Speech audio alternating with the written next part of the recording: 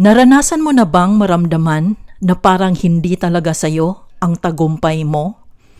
Like every trophy in the shelf is just a receipt for your mother's control? Anak, dyan ka lang. Ako na bahala. It sounds like love, but sometimes love is the very thing that stops you from growing.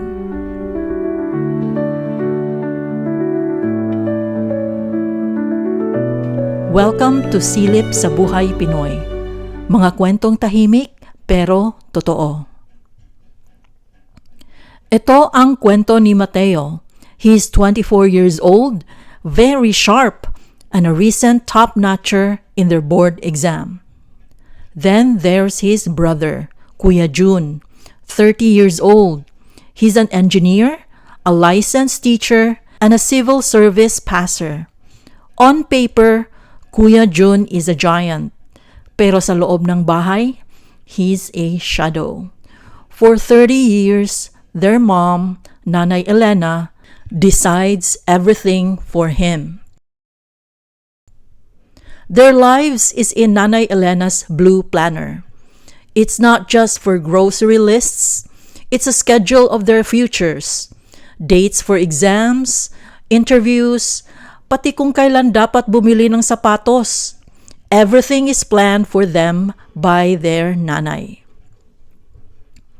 Kitang-kita ni Mateo kung paano hindi makakilos si Kuya Jun without asking permission for everything. Nay, okay lang ba? Applyan ko to?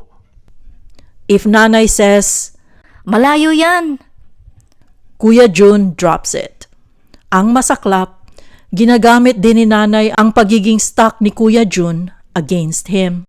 Kailan ka ba kikilos? Tingnan mo yung buhay mo. It's a cycle of breaking his legs and then asking why he can't run. Mateo chose a different path. Nag-aral siya sa university na malayo sa kanila. He wanted to make mistakes that were truly his. Gusto ko maranasan mag-isa. Sabi niya sa sarili niya. He failed some tests, he got lost in the city, but for the first time, he felt alive.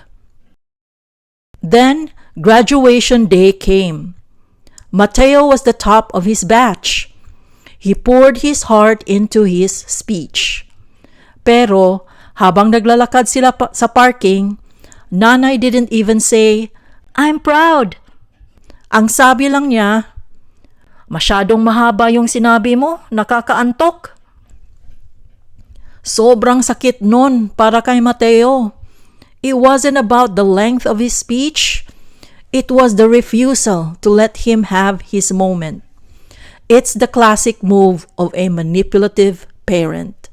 Babawasan ang saya mo para manatili kang maliit at sunod-sunuran sa kanila.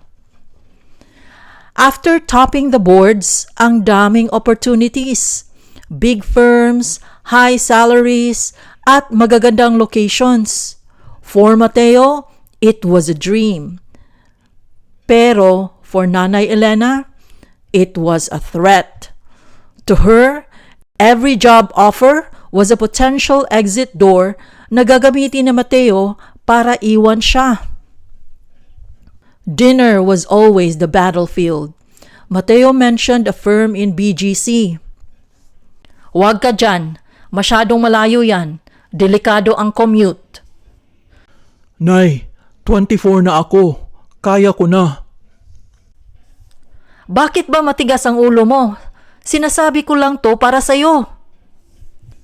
The atmosphere became suffocating. Silence became a weapon. Tuwing babanggit si Mateo ng interview, biglang sasakit ang ulo ni nanay. Or she starts complaining kung gaano kalungkot ang bahay kapag wala nang natira sa tabi niya. Isang prestigious firm ang nag-offer ng role. It was perfect.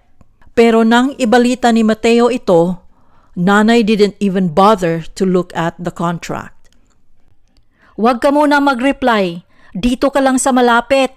Yung kilala ko ang boss para sigurado tayo. She wanted to gatekeep even his professional network. Doon na sumabog si Mateo. Tiningnan niya si Kuya Jun, tapos humarap siya sa nanay niya. Nay, tingnan mo si Kuya. He's a brilliant engineer. Pero takot gumalaw. Kasi lahat ng desisyon niya kailangan dumaan sa planner mo. Mahal kita, but I won't let you do that to me. Natigilan ang lahat. Nanay started crying. Not the loud kind, but the quiet, guilt-inducing kind.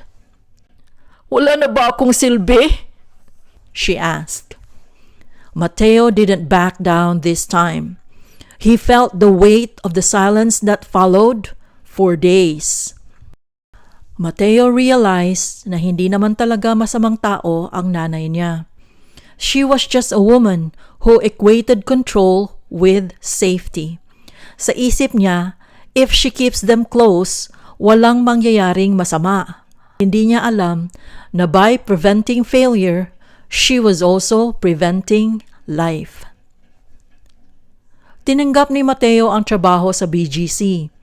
Hindi siya nagpaalam, he simply informed her. It was painful at walang grand apologies na nangyari. Pero habang nag-iimpake siya, nanay handed him a container of his favorite adobo, a small peace offering. She wasn't happy, pero nagsisimula na siyang tanggapin na may sariling pakpak na ang mga anak niya.